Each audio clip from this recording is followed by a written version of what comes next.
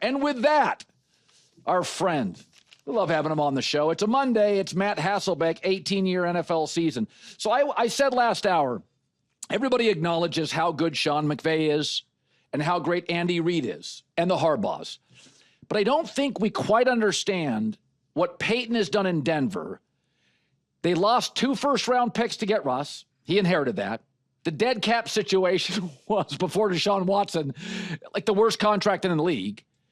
You got Herbert and Harbaugh, Mahomes and Reid, and they made the playoffs with Bo Nix. And my take is, not all coaches are great with personnel, Matt, but this roster is really good. I think you said this about a month ago on this show. You're high on Denver, are you not? Yeah, I'm very high. Colin, I kind of wonder if people are holding his big loss in that championship game in the Home Team movie when, was it him or Kevin James? I don't know, when he was the offensive coordinator and lost the 12-year-old championship. You know what I'm talking? You don't watch movies, so you don't know. But no, listen, Denver, I think, is a major threat in the AFC West. We're going to be talking about what a great coaching division this is, the head coaches, guys that have hoisted Lombardis 3 out of the 4. But, you know, and everyone's going to want to crown Kansas City. I get that. I like them too. But he has something special in Bo Nix. He knows exactly what he is looking for in a quarterback. It's those same exact traits that his quarterback Drew Brees had. This defense might be the best defense in the NFL. They're certainly a candidate for that award. And then they go out and get Evan Ingram. They've got a running back by committee, kind of a fire and ice, lightning and thunder sort of situation there. A great offensive line. My concern or question would be, like, what do they have firepower-wise, consistency-wise at the wide receiver position? I thought they were pretty good last year, but I thought they might have overachieved. You know, can they continue to improve and grow in that area? But to me, Sean Payton knows exactly what it takes. Everyone believes in him. And if that thing gets rolling in Denver, that home field advantage is real just as well. So that's a team to watch in my mind. Well, you know, I think another reason why people push back on Payton is because Andy Reid rarely steps in it. Sean McVay doesn't, Shanahan. You know, they're kind of PC up front. You know, Sean's not. Sean goes after people. And the truth is, I think people inside the league know how good he is. But Sean has alienated some people because he is – I mean, I know Sean, that's his personality. He's totally authentic. He's like a little bit like Jim Harbaugh 10 years ago. Half the league hated Harbaugh, half revered him. I think that's part of the Payton dynamic. Do you? Yeah, and listen, I think also people were surprised when it didn't work out with Russell Wilson. I wasn't really surprised because I know what kind of coach Sean Payton is. Known him for a long time. He knows exactly what he wants and exactly how he wants it. So like he's not looking to hear like, oh, what are you comfortable with, Mr. Quarterback? Like he doesn't care. He's like, listen, hop on board, follow me, it's going to work. And so like last year, as an example, I think they did a lot of things that Bo Nix was comfortable with. Like, hey, listen, I think Sean Payton almost thought of it this way. I would prefer if you were under center more, but since this is year 1 for you, we'll go gun. We'll go shotgun more for you. But in year 2, like we're going to do it more my way. We're going to be under center more. We're going to do a lot of the things that I like to do. And I don't think he's very moldable. Like, I don't think he wants to move off his spot, which is totally fine when you're Sean Payton. And I think that could be a rub with a veteran quarterback that's done it differently. That's why I think having Bo Nix is just so great. He's got a maturity because of how much he played in college, but he also has kind of this moldability of a young player. So I think camps are different based on your personnel. I do think there are teams like Kansas City, Reed, Mahomes, Kelsey. Now, they have to rework their offensive line, but Chris Jones, now those defensive players who were young 3 years ago, they know the system with Spags. So like Kansas City, the preseason to me feels kind of irrelevant. Just stay healthy. Your thought, are there a couple of teams you look at and think, yeah, the next 3 weeks matter a lot? Detroit. I mean, I don't think we're understanding how hard it's going to be for Detroit to overcome all the losses that they've had. I mean, losing your offensive and defensive coordinator, that's not nothing. Not really being sure who the 5 starters are up front, like that's not nothing. Now, listen, they get an extra week They get an extra preseason, they get with the Hall of Fame game and all that, but now they're also battling that like sort of attrition. So I think that's still, like, to me, the teams that have a lot of change, there's other teams around the league that have a lot of new pieces. I'll say like the New England Patriots as an example, maybe maybe the Pittsburgh Steelers, people that have new people. And so having time on task is also important. Like Aaron Rodgers showed up late. Is it a big deal? Like, no, it's not a big deal, but this is not what training camp was like when I first got into the NFL. When I first got into the NFL, you'd hear players talk in the locker room. They'd say, hey, I'm going to play myself into shape in training camp. And I got the preseason. By the start of the season, I'll be in shape. Like, that's just not how it is anymore. Like it's OTAs, it's mini camp, it's that off-season time, the 5 or 6 weeks before training camp, it's training camp, it's joint practices. So it's a different NFL. And when you're not in pads until like this short window in training camp with 1-a-days, not 2-a-days, I think it's tougher for continuity for coordinators and O-linemen. So this question is one that you can singularly answer that I really can't. So I said, one of the things that's fascinating, if I look at Jaden Daniels, I could say from just 1 year, he's either going to be really good or a legend. I look at Bo Nix and I'm like, he's either going to be good or really good. May not be a legend. I look at Caleb Williams and there's a lot of outcomes. Wow, or yeah, this didn't work at all. And because there are some habits, he holds on to the ball too long. He kind of misses on some easy stuff. You were one of the few people that came out last year and said, it's not all the coaches. Some of this, but here's my thing, Matt. I think his flaws are correctable. Like Lamar Jackson got really good in the pocket.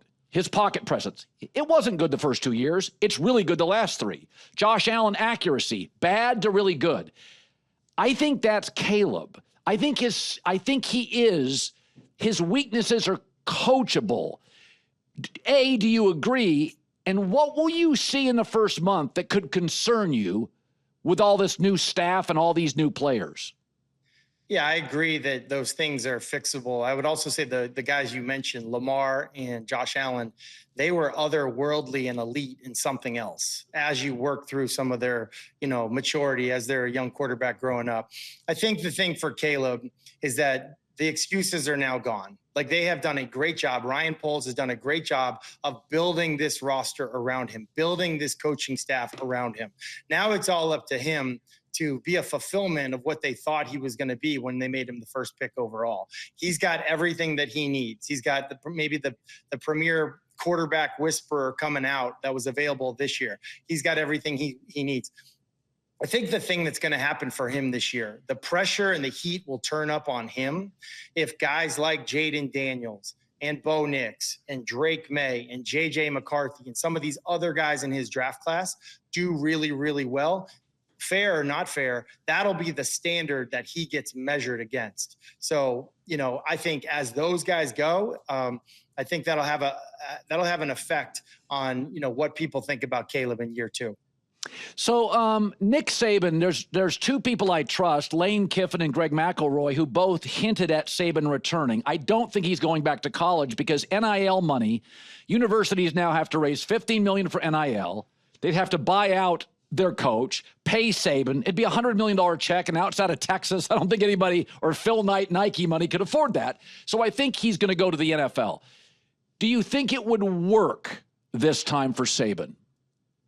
Yeah, I think it could work. Like, the reality of the NFL is that most of the guys in the NFL, most of the players are in years 1, 2, or 3. It's a very young league right now. You have some outliers, some quarterbacks, some guys that are old, but the most of the roster is young. So he would know these guys maybe as well as anybody.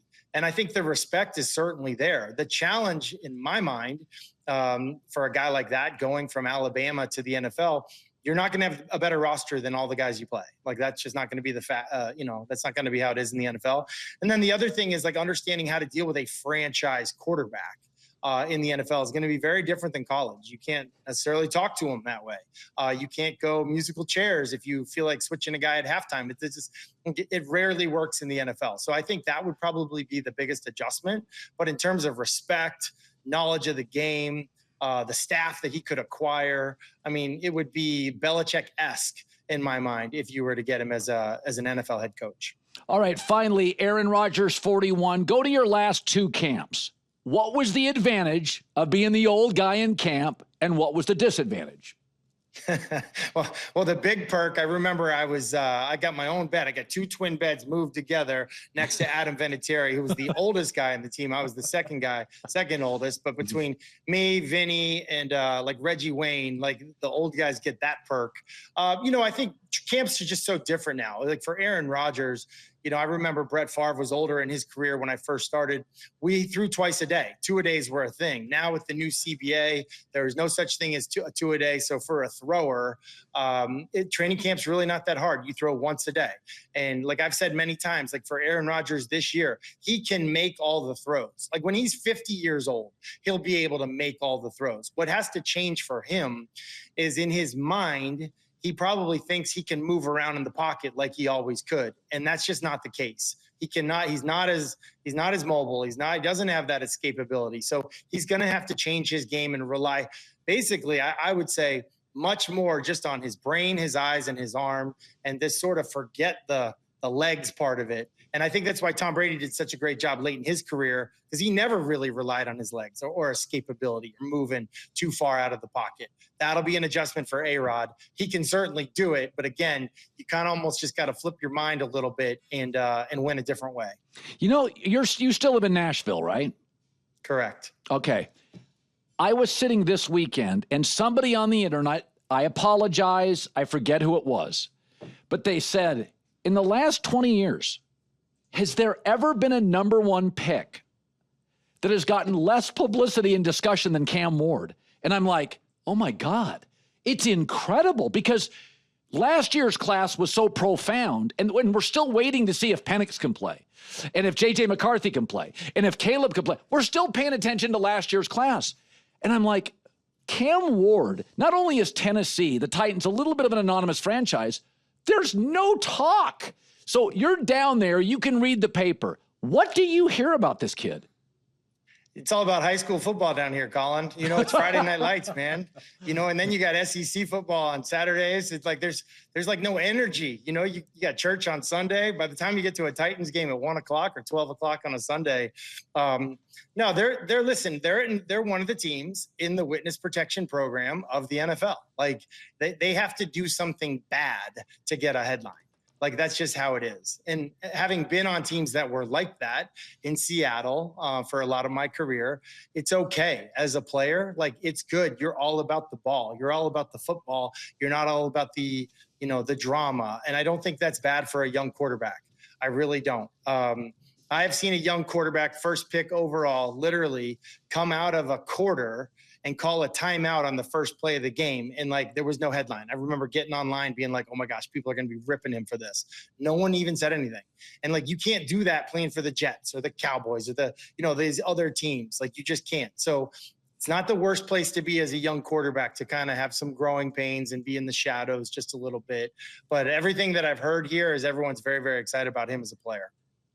Matt Hasselbeck, man, you just brought your A game today, buddy. I appreciate it. Thanks for stopping by. Well, I'm sweating right off the practice field, so we got to, got to get in shape as coaches too here. Here we go. Matt Hasselbeck, our guy, 18 years in the NFL, former 6th-round pick out of Boston College for the Green Bay Packers, had a great career.